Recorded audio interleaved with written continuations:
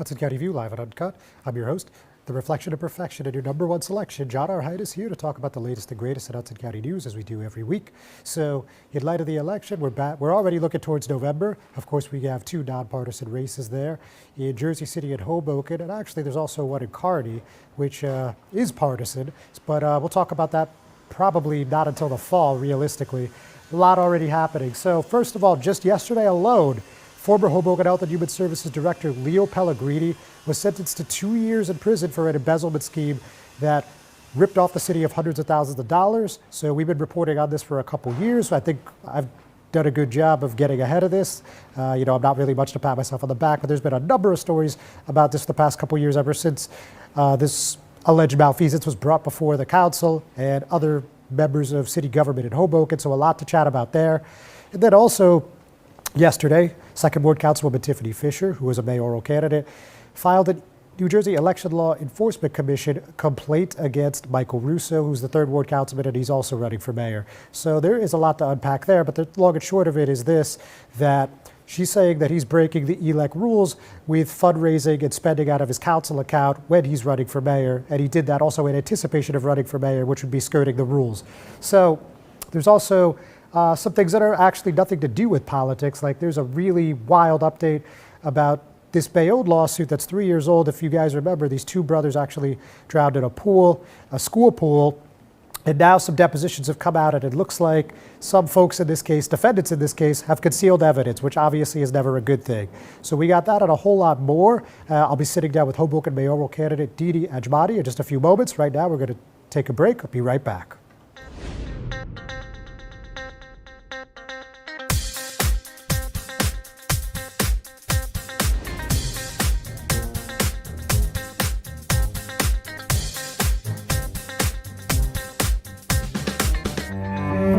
No one plans on heart disease, but everyone should have a plan for it. We help patients of all lifestyles and medical histories plan for healthy hearts. We offer convenient screenings without judgment, hundreds of preventive programs, and women's heart specialists. And we're the largest cardiac surgery program in New Jersey. Make plans for a healthy heart with RWJ Barnabas Health. Let's be healthy together.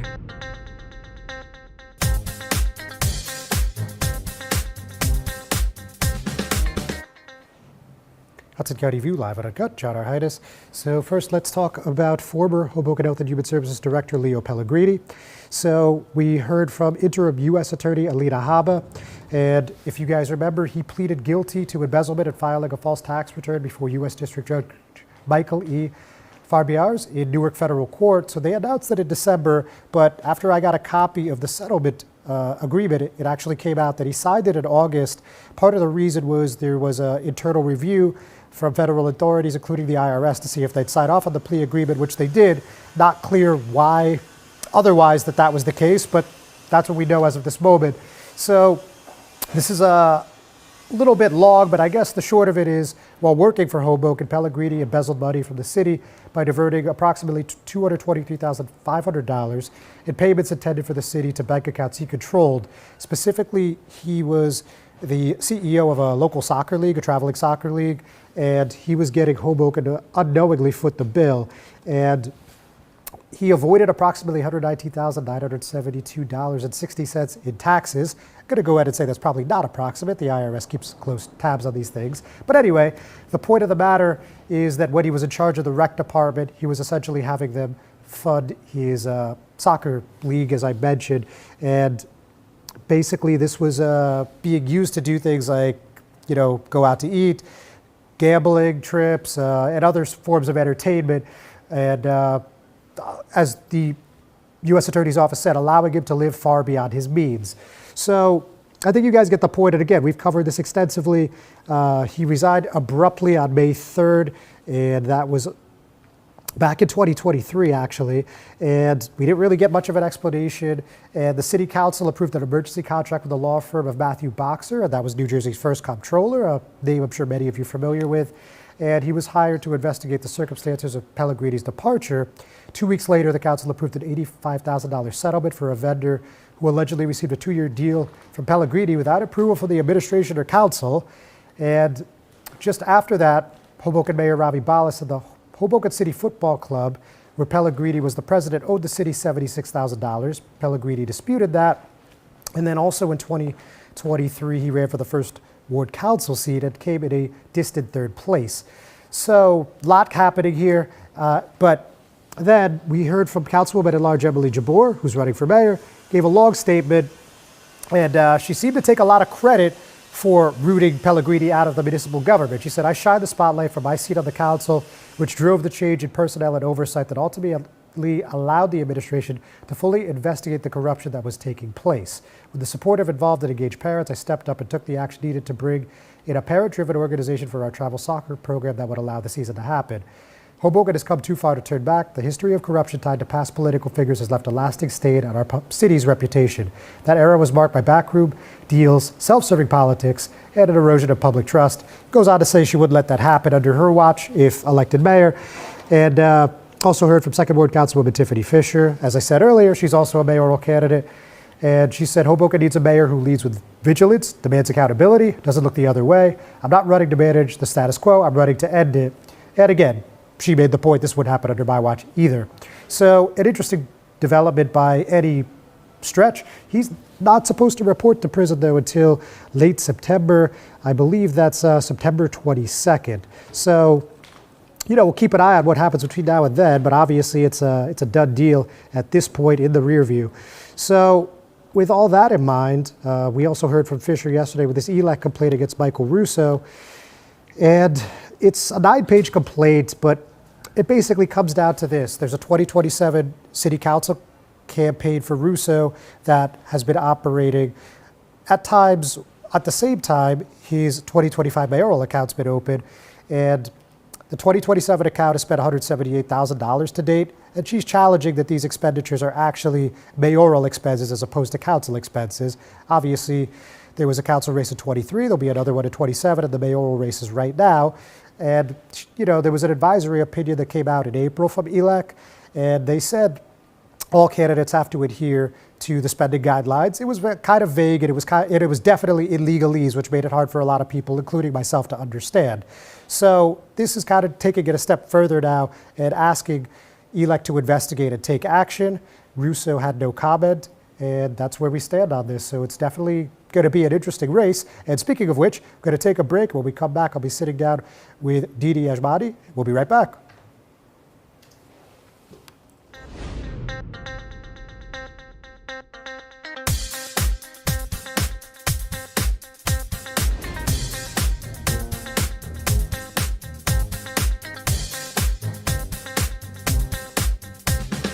Consumer Carpets, 3408 Kennedy Boulevard in the Jersey City Heights, your one-stop store for residential and commercial floor treatments, carpeting, linoleum, tiles, laminates, hardwood floors, area rugs, remnants, all major brands, all in stock. Free estimates, same-day installation. Consumer Carpets, it's savings, selection, installation. Credit cards and debit cards accepted. Financing available. Consumer Carpets, price to fit your budget, installation to fit your schedule. On the net at consumercarpets.com. Consumer Carpets, Jersey City, 201-792-2712.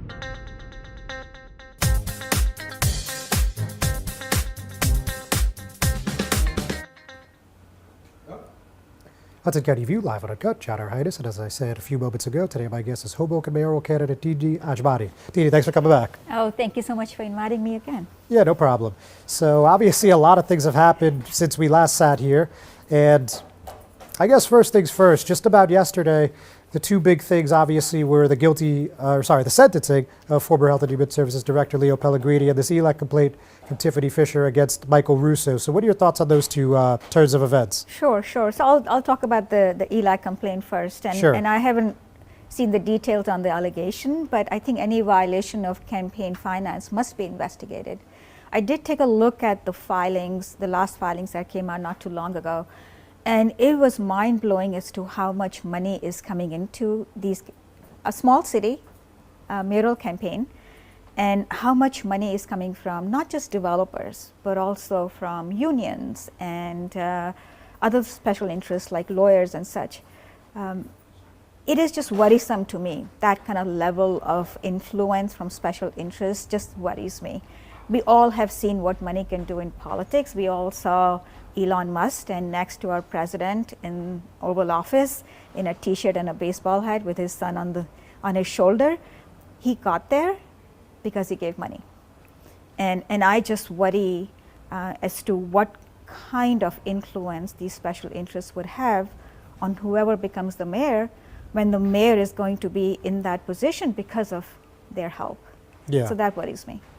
All right, so you're thinking about the potential pay-to-play or quid pro quo type of scenarios. Absolutely, which is why my campaign, I'm not going to take any money from any special interest. I'm raising money from small dollar contributors, and hopefully I'll be able to use my own finances to fill the gap. So to that point, you know, you were pretty ambitious with a $200,000 loan. I mean, obviously not every candidate does that. And why did you feel like that was the right move? Listen, I'm a first-time candidate. I don't have the name recognition that other council members do. To present your message, to present yourself, you have to spend time and you have to spend resources. It's almost like a catch-22. The resources don't come till people know you. So how do you get that jump start? You get that by spending money to get your name out there. So there's a billboard on Washington Street with my name. Yeah, I saw it. There's some Instagram, Facebook. Hard to miss it. Yeah, well, I'm glad it's being noticed. That's money well spent then. Yeah, hopefully. Yeah. So anyway, before we go further, so then the situation with Director Pellegrini and also Yes. two of your opponents Yes. trying to parlay that into part of their campaigns. Yes, no, listen, I don't know what's in our water in Hoboken. You know, 3 mayors going to prison, ex-councilman, ex-board of education caught up in the vote by mail fraud, and now this. What I would say is good governance happens at every level. It's responsibility of the CEO, which in this case is the mayor. It's also the responsibility of board of directors, which in this case is the city council, to ask questions. To look at where is money coming in and where is money going out. So I think what we need in the City Hall is good governance, which I think a fresh start, almost like a new beginning, is what is needed, which is what attracted me to running for this position. These are not easy decisions one makes, but the reason I wanted to do this is because I could see that the same old people and the same old stuff is not going to fix what's ailing our city. All right, well, perfect segue into the budget. So 151.2 million, approximately 6.9% tax increase. They voted unanimously, which kind of surprised me, but nonetheless voted unanimously last month. And then it's kind of just come to a halt. I mean, there's been some budget hearings. A lot of people were expecting a vote on Monday. It didn't happen. And now it's looking like, I guess it's June 24th. So, but it looks like there's amendments in the pipeline. I don't know what they are. I haven't seen them. I don't think the general public has seen them. You know, what do you think about how this process has gone so far? Well, I think transparency is always an issue. And I was really surprised by what Jason Freeman, our business administrator, said is on his last day at work in the council meeting, which is last 8 years have been smoke and mirror. Smoke is gone. Now you face the mirror. I couldn't believe the words that were coming out of his mouth. And part of it is because we in public just don't know. We're not told that there is a structural deficit. We're not told how it got created. One of the things I've done recently is sent a letter to the city council asking them, no, if Jason is right that we've had this structural deficit building over the years, how much was it 7 years ago, 6 years ago, 5 years ago, 4? Give us that data so we can see where the mistakes are being made. So that's the first thing on the budget. The second thing I would say is it always amazes me how when there is a bond, they all approve. When there is a contract, they all approve. When there is any kind of spending, they approve.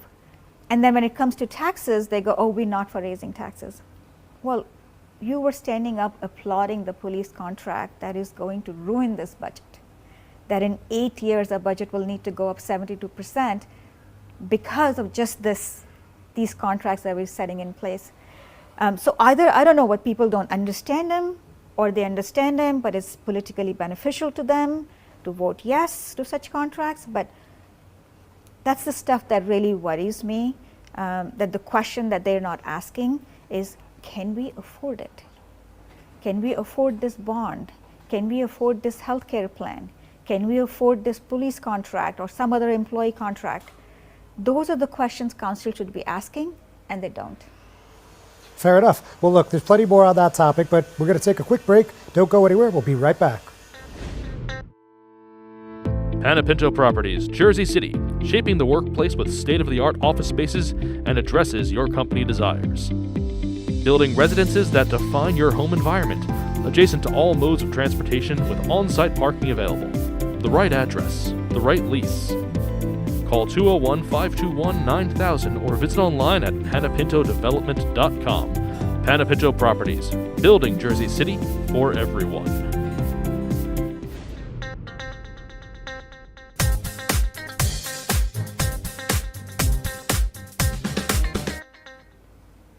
Hudson County View, live and uncut. John R. Heinis, and I'm still here with Hoboken mayoral candidate Dini Ajmani. So talking about city finances and the upcoming budget still. Now, you know, you talked a lot about Garage B, and you talked about the police contract previously, and you put it in writing too with these editorials that you submitted to myself and others. And now there's another contract that keeps getting kicked to the wayside, but they want to expand the table of organization for the police department. It would appear that the votes aren't there, but until it makes an agenda, you just never know. What do you think about what's going on there? So I, as a private citizen, don't have the visibility into how the police department is being managed. How many cops are on the street? I know there are 157 cops that we have in our police department, but how many of them are sitting behind the desk? How many of them are actually patrolling? So I think that's the kind of information council should ask for before saying you need 20 more. What I would do as the mayor is actually look elsewhere. I would look to the sheriff's office. When you drive around Union City or Jersey City or Bayonne, you see sheriff's presence everywhere. You don't see sheriff's presence in Hoboken. You see it in this one park, Columbus Park, but not elsewhere. If we need more patrolling, more police presence, how about giving some of that responsibility to Hudson County, where we do send over $65 million in taxes, and we deserve to get something back? How about we say that certain parks, can you please patrol? Certain streets, can you please patrol? Give some responsibility to the sheriff instead of taking on everything with our own police department. Well, makes sense in theory. We never know with the political realities, but you don't know if you don't try, right? Well, you know what? That's the thing is, because I've worked at the state level, federal level, I know our Hudson County executive, Craig Guy, those relationships really matter. Understanding the importance of having friendly relationship, understanding where the grants are sitting, where the money is available, those are things that are very helpful in being an executive of a city like ours, because you know who to ask and what to ask. Makes sense. Now, back to, I guess, the broader picture when it comes to the budgeting. Now, you mentioned former BA Jason Freeman. Yep. And if you looked at the first speech/presentation from the new BA, Caleb Stratton, they both were steadfast that we didn't drop the ball. There was no overspending. This was over 20, 30 years. And actually, you may have watched, I guess at this point, it was probably 6-7 weeks ago when Councilman Quintero was in this chair. And he said we should have been consistently raising taxes over the past 2 decades, maybe even 3. So what do you think about that sort of point of view? You know what? I don't agree with it. I don't think our problem is that we don't tax our residents enough. I think our problem is that we don't understand what we're spending on. So I'll give you an example. You talk about police contract. Forget the salaries for a minute, right? Okay. So part of the contract is healthcare. Yeah, it Healthcare is, yep. plan, right? So one of the things in our budget in 2025 that's going up is cost of providing healthcare to our public employees, including the police. Well, if you're giving them 10% increase in salaries, how about asking them to lower the cost, to negotiate the health plan in a way where the cost to the city goes down from, let's say, $50,000 to something like $40,000. 157 police people, you save $10,000 on each one of them. That's a ton of money. Those are the things that I think need to be done before you say, oh, we've exhausted all ways and now we must raise taxes. I am all for lowering taxes, not raising them. I think you lower taxes by demanding more services from the county, giving fewer breaks to the developers. So you understand this pilot program where instead of taking taxes from the developers, we take a payment instead of asking them to do taxes. Yeah. And really looking at pension and healthcare cost. One of the questions I asked in the council meeting when the police contract was being approved and nobody said no was, have you thought about the impact on the pension plan? Because when you increase salaries, the pension goes up. Nobody asked that question. As to, we're going to increase salaries, but then does that mean we have to contribute more to the pension fund? Yes, of course you have to. But all of those things if you understand finance, if you understand budget, then I think these are the questions you would ask, which our council just doesn't ask. So, not to put it all on them or the administration, so let's just say City Hall. You think it's just too much politics at play, or like people are just too worried about getting person XYZ pissed off, or I don't know, what do you think it is? When I sit in these council meetings, it's almost like there's a parlor game going on, some kind of inside politics of one-upmanship and the snipes, the insults that happen. And of course, there is some dynamic with the mayor as well, which I'm not familiar with. But it's almost like there is a game that is happening which has nothing to do with the well-being of the residents, but more about their own future, whether it's political or otherwise. And that worries me. That worries me because they can spend hours talking about something that is important, but maybe deserves 5 minutes, and then spend 5 minutes on something that deserves 1 hour. True. Because they're worried about the optics. Yeah. And then just real quick, almost out of time, but we saw on Monday Mike Russo rolled out his full council slate. So just curious, you planning on running with a full ticket? Yes, I am. Luckily this time around, the number of petitions you need is going to be a much lower number. So that gives people like me a little bit more time to select the slate. Because it's my first time running and I haven't been on the council, I'm just taking my time to get to know those dynamic residents who are civically engaged. And then maybe in a month and a half, I'll announce my slate. All right, great. Dini, thanks so much. Always a thank you. pleasure.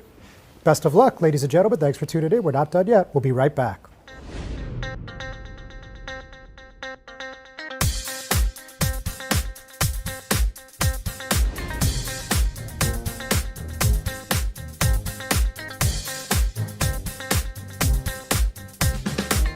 Burns Brothers Memorials, Monuments, and Markers, 787 Tunley Avenue, Jersey City.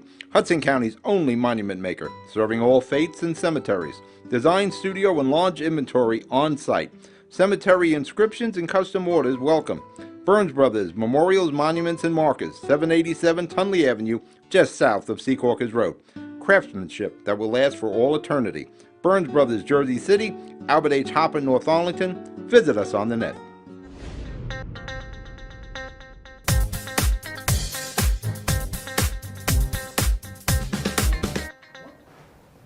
Hudson County View live at Uncut, John R. Heinis, so a few other items.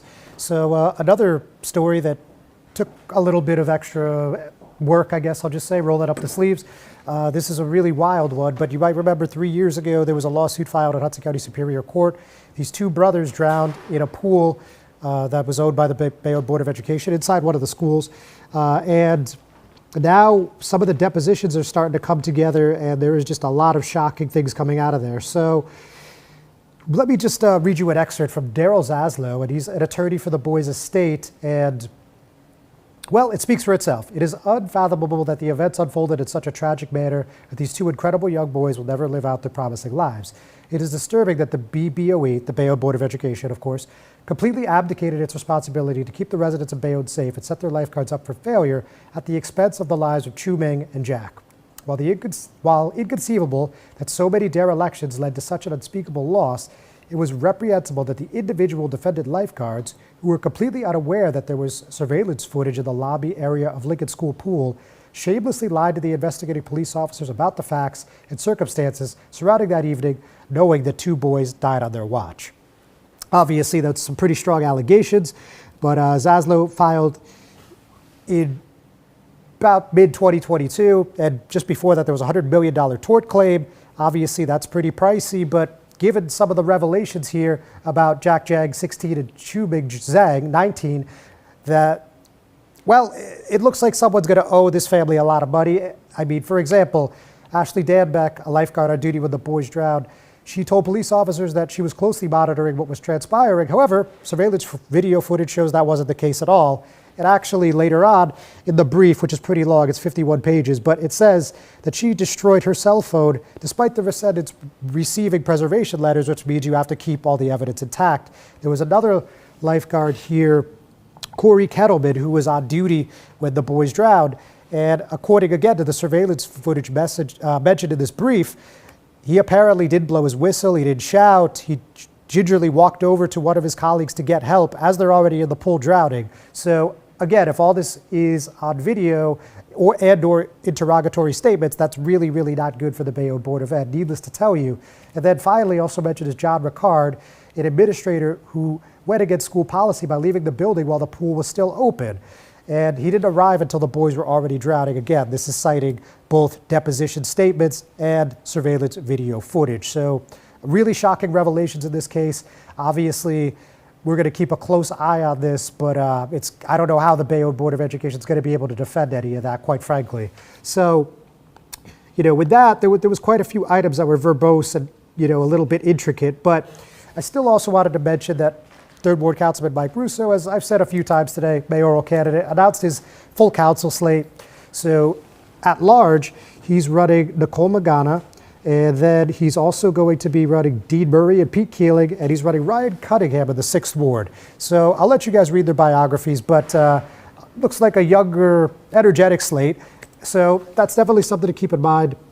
And then, of course, we heard about the tragedy in Jersey City, to get off the politics, to conclude here. And a 6-year-old child, his name Eli Bender, was hit by a vehicle downtown, a UPS truck, as he was riding his bike with his father. Obviously a horrible situation. Friday afternoon, he died almost instantly at the intersection of 6th Street and Jersey Avenue. And there was a vigil held at Hamilton Park by Safe Streets JC, as well as Complete Bike JC, excuse me. And you saw hundreds of people come out despite the rain, lots of candles, lots of solidarity. Just a true tragedy. Very, very, very sad. Not much else we could say there. Ladies and gentlemen, thanks for your time and attention. This first half of 2025, we're going to go on summer break now. I will see you in September. I hope you have a great summer.